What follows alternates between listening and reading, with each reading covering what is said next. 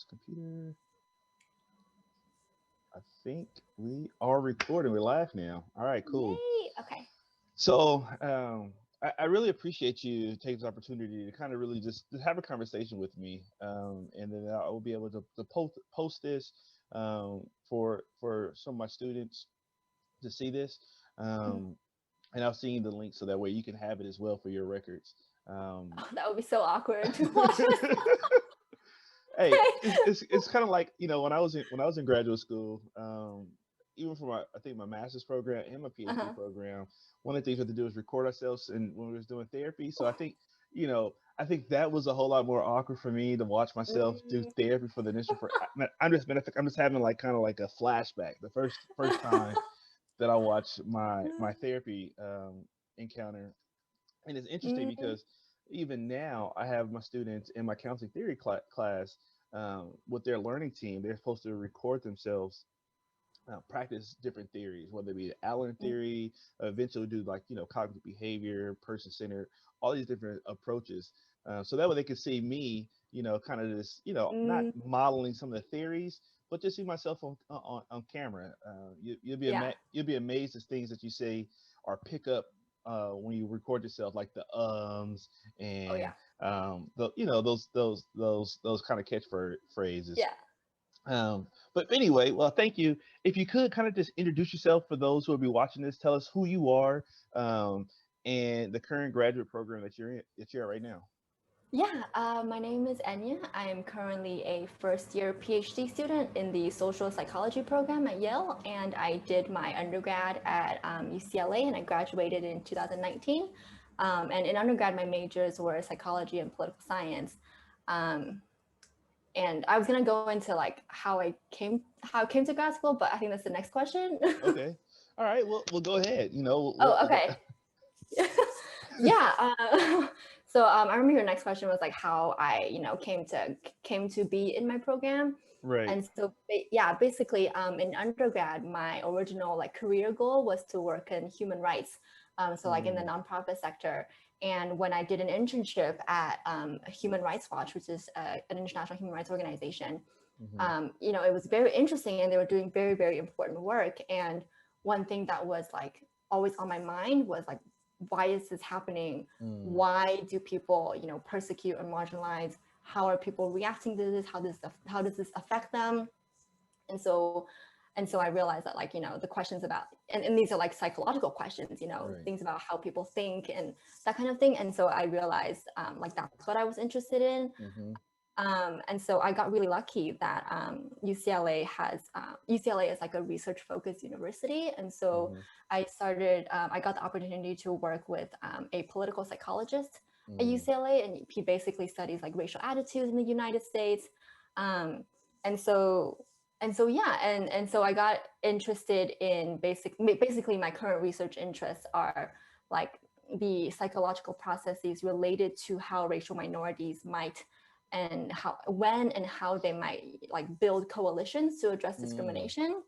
Um, and so even though I'm in the field of social psychology, I actually some of my recent work draws from clinical psychology because we are using some of the measures of internalized model minority myths of Asian Americans, mm-hmm, which has been used in clinical for like to predict mental health outcomes. And basically, I am kind of bridging this measure with like intergroup outcomes and how that shapes Asian Americans' intergroup attitudes. Um, mm. and so that's just like a little bit about what I'm currently doing. That is awesome. That is awesome. So I did not know you went to the University of California, Los Angeles. I know that you say from the Bay Area, and I'm from SoCal. And in SoCal, right? The Battle of LA, right?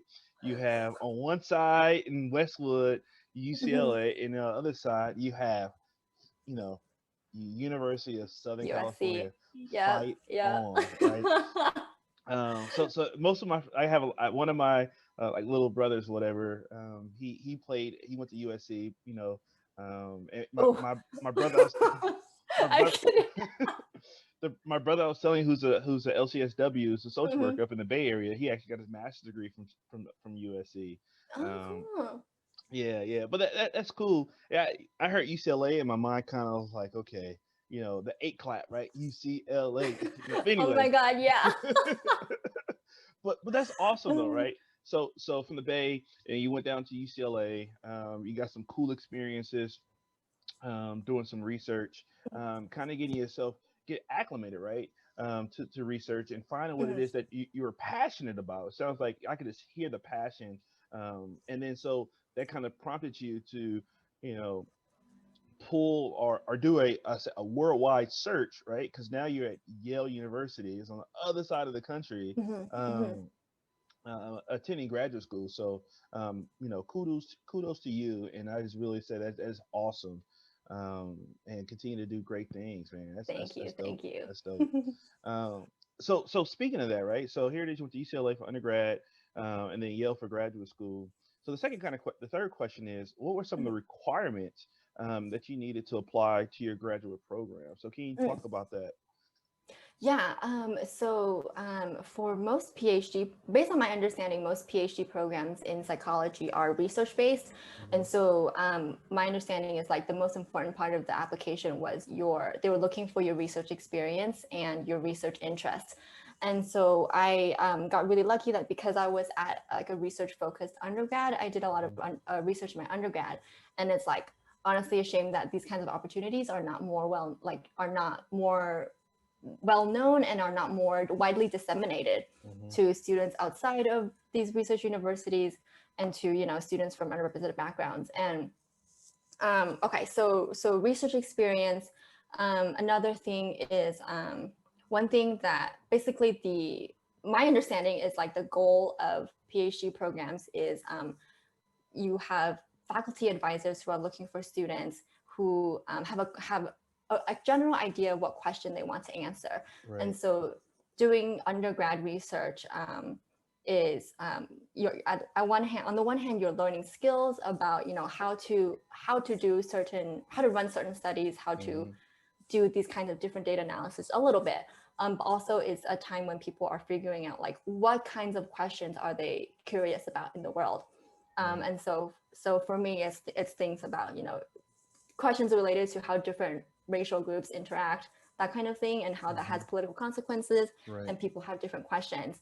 And some of the more just more logistics, other components are things like taking the GRE, Hmm. even though more and more programs are omitting the GRE as a requirement for the application because there's a lot of research showing that the GRE just favors like wealthy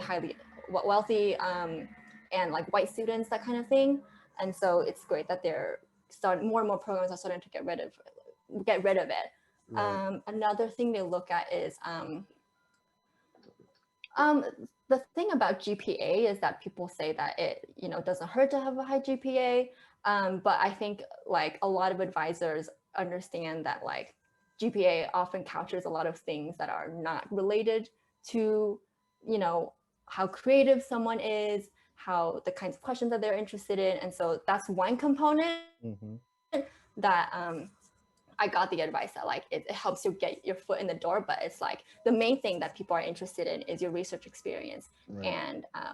and your research questions, because advisors are looking for students that have similar research interests to them so that they can help you answer the questions that you want to answer in grad school. Okay. All right. All right. Cool. Yeah.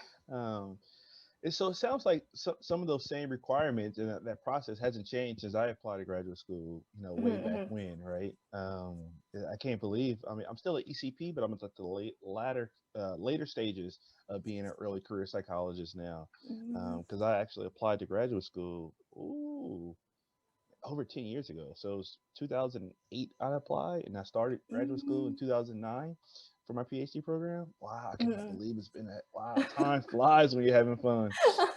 But it was very same thing, right? The GRE Mm-hmm, process to me, I mean, I never really did well on the standardized examinations. And it's not the fact that I just, I wasn't knowledgeable. It's just a lot of times standardized testing can scare people, right? exactly. Yeah. Especially especially people of color, and from certain communities, um, Mm-hmm, because a lot of times it's really how do you prepare for a test? Like even when I had to um, take it past my license exam, each of a P for psychology, right? here it is. I think, okay, I'm smart. I know how to do this. But then not really learning how to prepare for the EPPP, it taught me a lesson. It was like, hey, what are you going to do? How do you prepare for this? And then so I'm glad that I eventually learned how to prepare and study for those tests. Um, and I really got to a point where um, I didn't let my fear take the best of me, because you start, I'm glad to hear that graduate schools are starting to not just look at, standardized test scores, be it GRE or what other standardized test scores there are, Mhm. or, assessments. So that's awesome. And then one of the things I heard you talk about was um, what was finding a program or a professor that had kind of similar research interests, right? How Mhm. important is that piece? Like, if you want to go to graduate school, especially for a PhD, where it's very, um, research focused, because research drives practice, right? Mhm. Um, Mhm. how important is that? How did you go about looking for professors at programs that were doing something that you're interested in? That's a good question. Yeah. One thing that I see often, even among like the undergrad artists that I've worked with, or other grad students talking, or other faculty talking about Hmm. it, is that one mistake that they see pretty often is people applying to programs that are not a good fit for them, because right, like not everybody, I think, understand very well that like graduate school is about like research fit. And so one way to look for it is, sorry, do you No, hear music in the background? It's like the garbage trucks coming. it is all good. It is all good. Okay, shit. You're I fine. think okay. Okay. Okay. So where was I? You was talking about the fit, and then Oh, how right, some, fit. yeah. Yes. Okay. Oh, so to find programs, one piece of advice that was really helpful for me is like, when you're looking, one way to do it is to like go on Google Scholar and just Hmm. start, typing in the keywords of topics that you're interested in. So for example, for me, the keywords I would type in would be like intergroup relations, interminority coalitions, Asian Americans, things like that. Hmm. And spend some time looking through. There's a lot of articles on Google Scholar, but then you spend some time looking through the articles, and gradually you'll see that certain names keep popping up as the Hmm. authors of these articles that you find very, very cool. Hmm. Um, and for example, there was one paper that I read in undergrad that absolutely like shook my world, about how Mm. when you remind different racial minority groups, so for example Latinx and Asian Americans, about Hmm. experiencing discrimination, they feel more similar to and feel more positively toward Black folks, and that Mm. increases their like coalition attitudes and their willingness Hmm. to be coalition members. Hmm. And like, that was just such interesting work to me, the idea of like stigma based solidarity. Hmm. And like Mm. now, yeah, and now like my advisor was one of the authors on that paper. And so Okay. like that's one way that I found to be really helpful. So kind of like doing this really broad search and then reading papers, as Hmm. many as you can, and Hmm. gradually seeing like what are the papers that you find really interesting and who is writing these papers. And that's been how I've heard a lot of people also Yeah. find advisors that they're really interested in That's working with. awesome. That's awesome. Yeah. So one of the things that just resonates with me is, like, you said that, you was reading different articles to try to, find like who's writing these articles. And then you said one of this Mhm. kind of, resonate and just struck you, and it just remind me. It just reminds me the thirst that you have to have for knowledge, right? And just wanted to read what's the Mhm. latest and the greatest out there, and how that's a commitment, right? So graduate school is it's not for everybody, right? Mhm. But if you're willing to continue, if it sounds like for you, learning is fun, right? So if learning is fun, right? Why not continue to further that learning in an institution of higher learning, in Mhm. order to be able to have a eventually impact on the communities that you enjoy, right? And I think um, before we go into like how has graduate school changed since the COVID-19, um, safety precautions. you know, what is it like for you knowing that, hey, what you're doing is going to eventually be able to help different communities that are passionate, that you're passionate about? Can you just talk about that? So I guess make sure that I'm clear because I'm over here getting excited myself. Um, can you talk about how graduate school? Um, Sorry, I think we froze. I'm gonna go okay. somewhere with better Wi-Fi. Oh, you're fine. You're fine. Okay, let's see. I think here would work. Okay. All right. Yeah, sorry. I think we froze when you started talking about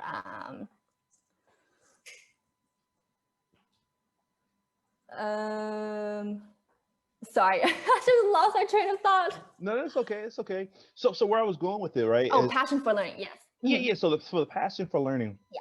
and then um, can you just talk about that passion that you have for learning, especially knowing Mm, that your end result is going to be able to, impact communities mm, that are passionate to you, right? So a lot of mm, times people, you know, whether it's your research interest, your clinical interest, we all have a passion, right? So, mm, and you kind of spoke about it earlier, why you wanted to go to graduate school, right? So, mm, and I think a lot of times your passion is what drives you through in those difficult times, right? Because mm, I tell mm, people all the time, when I was in grad school, I had a mentor tell me, graduate school is a marathon. It's a marathon, not a sprint, right? mm. But Yeah. the piece that really stuck with me was seeing the light at the end of the tunnel when no light's visible, right? Um, Mm, because mhm, sometimes it can be like, man, what am I doing? Why am I doing this? mhm, But it sounds like when you have that thirst for knowledge, but also knowing that what you're doing and what the potential it can do once you're finished, also kind of just continues to drive you. Does that make mm. sense? Yeah, yeah, it Yeah. does. And what your friend said, like that was really well put. That's exactly how it feels like sometimes, especially since like research is like such a slow process. Hmm. It often takes years from the beginning of you formulating a research question to developing the studies, then developing more studies and having to like update your hypotheses, revise your Hmm. hypotheses, and then writing this up and then getting this published. It often takes years and years of work. And Yeah. so um, one thing that motivates me is like, I eventually down the line, these questions will hopefully, these like the work that I find hopefully will help people because like my research interests in like discrimination and solidarity, Hmm. it's for me, it's very, very it's honest. I feel like it's honestly like really cool that I get to take something like inequality or Yeah. discrimination or racism, and you can quantify it and you can Hmm. document it that this is Yeah. real, and that we have these ways that people might be able to work together and to Right. combat this, Right. the way that a way for racial minorities to combat this. And so Yeah. like that's something that drives me, especially when you see what's happening in America in Yeah. politics. um, it definitely helps that my advisors personally are Hmm. people who are also very invested in the real world impacts of our work. Hmm. And so they do a lot of like they write op-eds in like Hmm. mainstream outlets talking about their research and what the implications Yeah. for how people think about diversity Hmm. and society.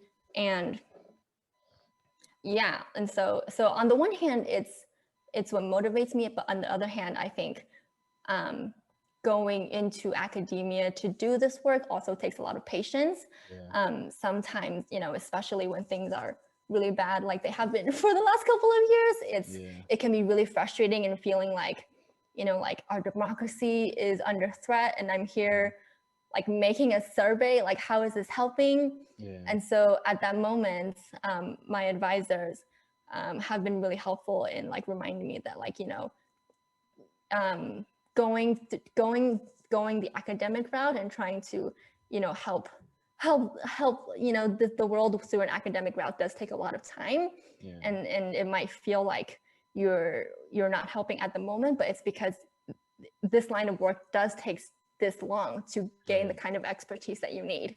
Right. um and so yeah, that's just Yeah. how, yeah. Yeah, Yeah. that's awesome.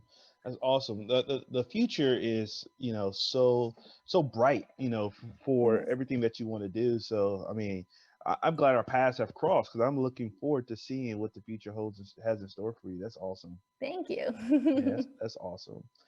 Um, so kind of transitioning, right? So here it is. When you say your first year PhD student, I'm sure when you're applying to school, um, the safety precautions of COVID was not as it was not what it is now, right? So, Hmm. um, how has the safety precautions due to COVID-19 impacted your graduate school experience thus far? Oh, so much. Oh my God. I mean, honestly, it's like because I basically like started grad school in the middle of the pandemic. So I don't even know what grad school is like outside of a pandemic. Yeah. Yeah, but like just doing research and going to classes and meeting with professors and my colleagues has been so different.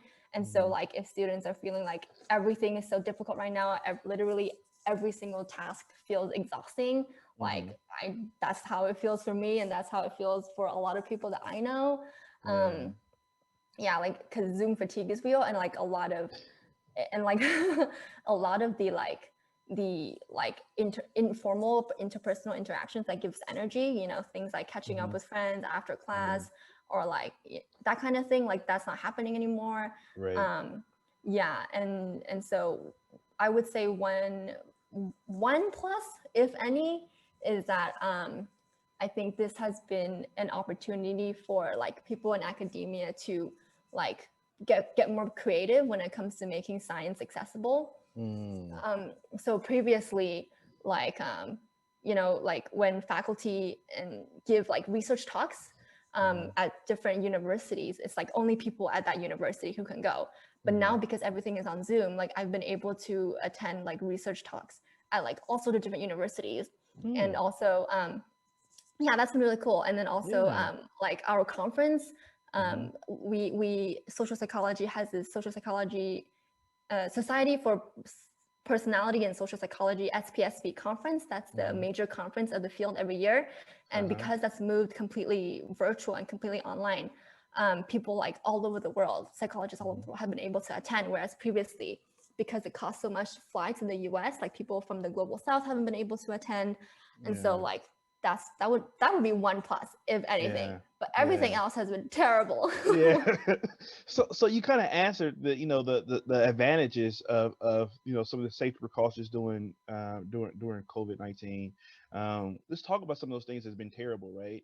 Because Mhm, one of the things that you know um, when you said starting graduate school during the pandemic and the safety precautions, that's how graduate school. And I'm just sitting here thinking, like, when Marquette University, where I got my PhD from, mhm, when they post different pictures of different parts of the campus, I vividly remember being in the library sometimes all night long, with some of my friends, and sometimes we didn't really need to be in the library all night, but the fact that we were there together drinking coffee and became more of a social thing for us, right? mhm. We had that Yeah. connection, and not having that, right?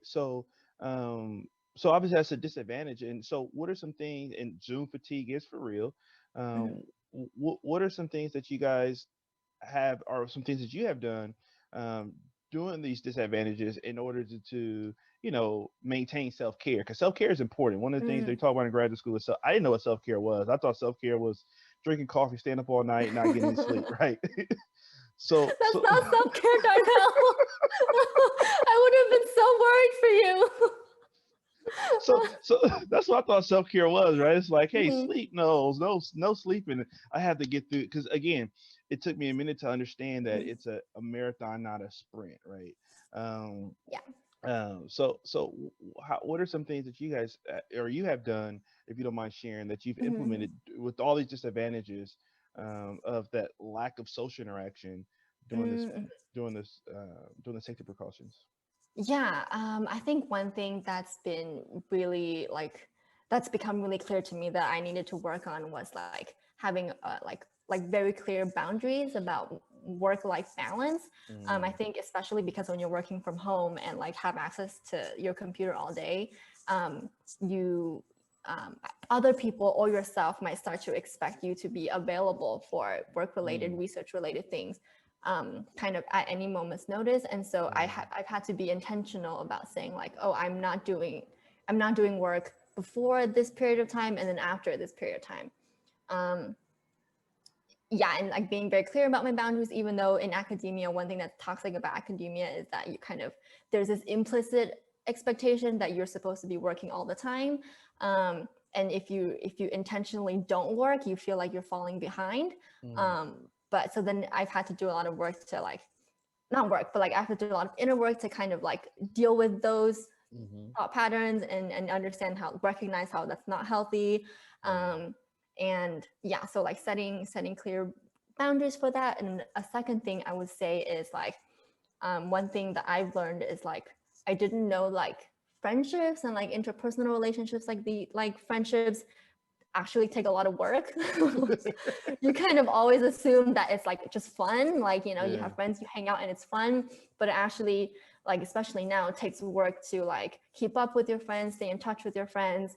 um, and you have to like schedule like Zoom time with your friends, mhm, that kind of thing. And so like I would say being intentional about meeting with your friends, even though that might seem awkward to like mhm, have to schedule yeah, things, like it feels very formal and weird. yeah, But like it's been necessary for me at least. yeah, yeah. Yeah. I can appreciate that, and I appreciate it. You know, I I think my life is surrounded by a calendar, whether it be my Gmail calendar, Outlook, my work calendar. But Hmm. having that balance, right? Learning those healthy boundaries, Hmm. is so important. So I really appreciate you sharing that. Um, and I think it leads to kind of towards the towards the final question is, with that, I know it's first year, but how typically long is your program or graduate school? And then what are some? It sounds like academia is post career is kind of what you want to do as well. Um, Hmm. and then so can you just talk about postgraduate school? What are some things that you want to do? Have you considered? Yeah, just talk about that for a second if you don't Mm, mind. okay.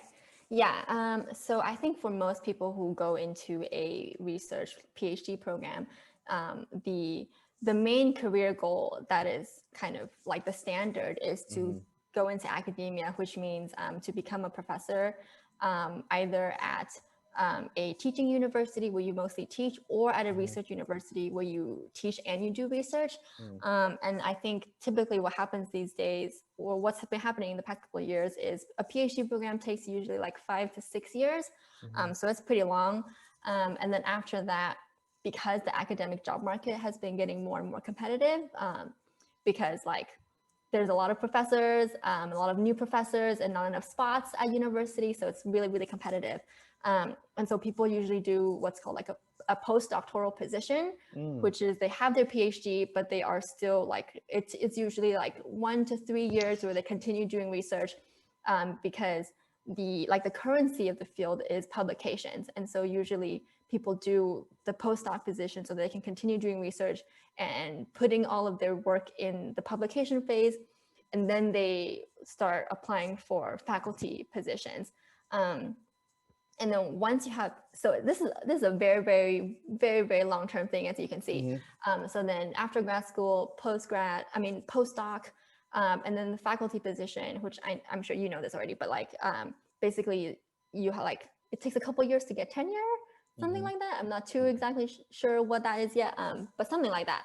And so one piece of advice that I've gotten is like, for people who are interested or Mm-hmm. considering PhD programs, um, like to think carefully about whether this is a path that you want to go down, because it's a very long, very difficult path, and it only gets more and more difficult as the years go on. Right. um, and if you're interested, and but not quite sure if this is like the path that you want to go down. I know like there's a lot of I know a lot of people who first do master's programs to see if this is like if they feel like this might be a right path for them. Hmm. um, and yeah, I think okay, another thing is and also like more and more PhD graduates have like I think there's more and more healthy discussion about like alternative options for PhD Mm, graduates. So not just academic jobs, because it's honestly not realistic to expect every PhD graduate to become an academic.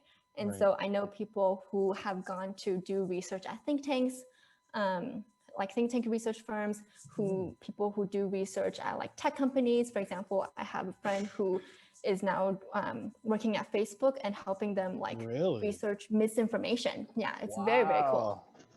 Yeah, he was a social psychologist, social psychology PhD, and he's now working at Facebook looking at misinformation.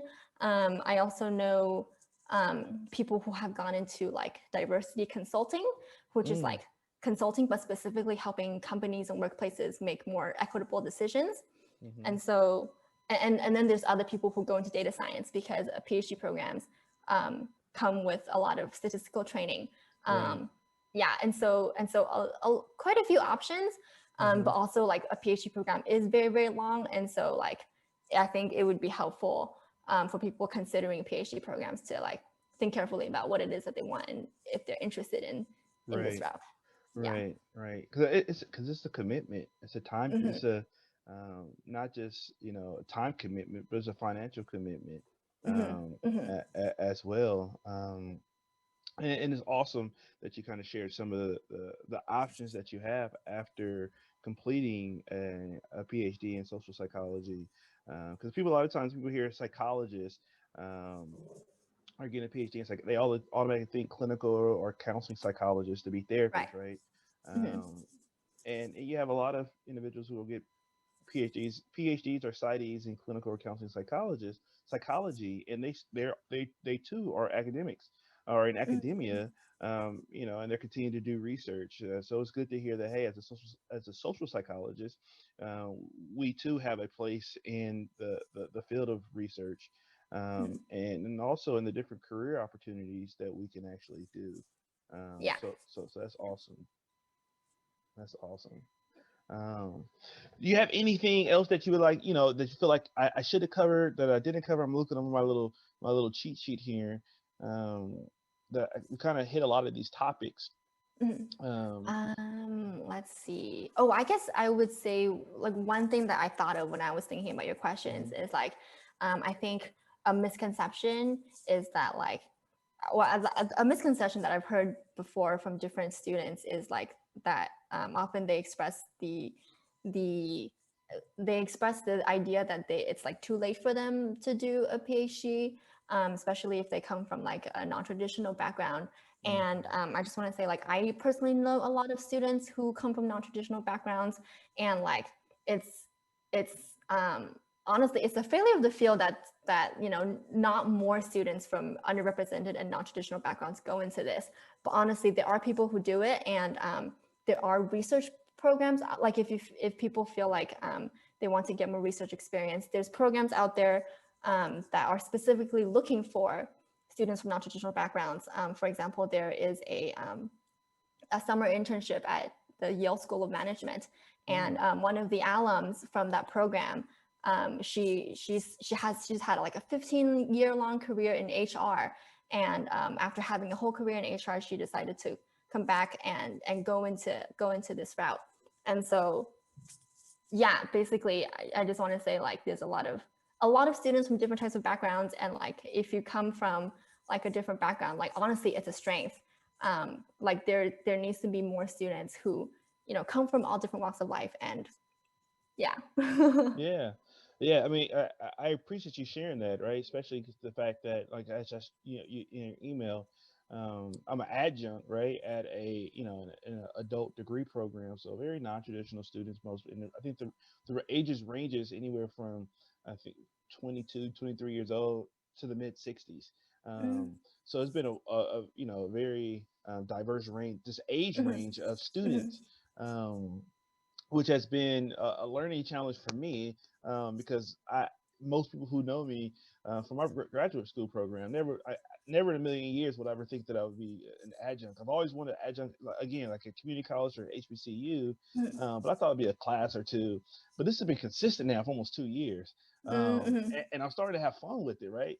As an adjunct role is totally different than a tenure track, right? Because tenure Mhm. track, it's some different requirements for Right. you when it comes to research. Whereas adjunct, I'm just going to teach, I'm facilitating, and I think it's just I have a little more flexibility with that. Mhm. Um, it's cool because plus you have a full time job. Like I said, full time being an army psychologist. Mhm. So being an adjunct is cool, and so I really appreciate you sharing that because I tell a lot of the students like, hey, graduate school, like it took me so long to finish my undergrad degree. Okay, that experience in itself, it's vital because I remember being, I think I was like 5 years removed from my master's program when I got my PhD program, and my cohort, we had a great, it was four of us started, yeah, four, it was four of us, um and I never forget it. I was the only one with paper and pencil. I went to Walmart and like a couple nights before I had paper and pencil and I was taking notes and everybody had the little MacBooks and I was like, what is this? um but that brought a different flavor to the whole thing, and I got a computer, I never forget. I couldn't really keep up with taking notes. I was just that's I learned from, you know paper and pen. Mhm. And then, one of the things I would say is, I dealt with the imposter syndrome, like, hey, do I belong here, right? Mhm. Am I smart enough, am I good enough? And I am so appreciative of the faculty at Marquette University, especially the counselor education and counselor psychology program, who really let me know, like, yes, you do belong here. We want you Mhm. here. And then I would say after I would say my first year and a half, especially year two, going to year three, I felt like I start getting my wind. I was like, yeah, I know what I'm doing here. It was still difficult, Mhm. but I always tell people the imposter syndrome is real. But so anyway, I just say I really appreciate you sharing that even non-traditional students have a place and belong in academia and places of higher learning. So I really Mhm. appreciate that. Mhm. Oh my God, yeah, so much of a place. Like Yeah, honestly, the students that I've encountered who come from non-traditional backgrounds, they bring just such insight and so much, lived experiences that they translate into research questions and they translate into, lab experiments, and it's yeah, just it's very very special. yeah, And it does make a difference like where you're at. Like you want to yeah, find an environment that like affirms you, affirms that you belong, right, especially if you're, a student of color, students who are like first gen, low income, underrepresented, that kind of yeah, thing. All of that, it does make a difference. And yeah. yeah, yeah. Well, I really appreciate you, and for scheduling this with me. I look forward to continuing collaboration. We talked about some things prior to, so make sure Mhm. that we stay contact via email, and I'll see you, when I post this, the different links, whatever, so we can stay connected, via email, social media, or whatever. Yeah, sounds Because good. I really think that this is going somewhere. So I really appreciate you. Yeah, of course. And if any students like have questions or like are interested in like the social psychology PhD program, um, feel free to, like, I think you have my email. I Okay, have so your like email. you can, Yeah, yeah, please let them know to feel free to contact me. We can talk about, research experiences, grad schools, different types of things, the application process, different types of things, et cetera, et cetera. yeah. Yeah. Well, I appreciate you so much, and you have a good rest of your day, and have a great week. Thank you. You too. All right, take it easy. You too. All right, bye.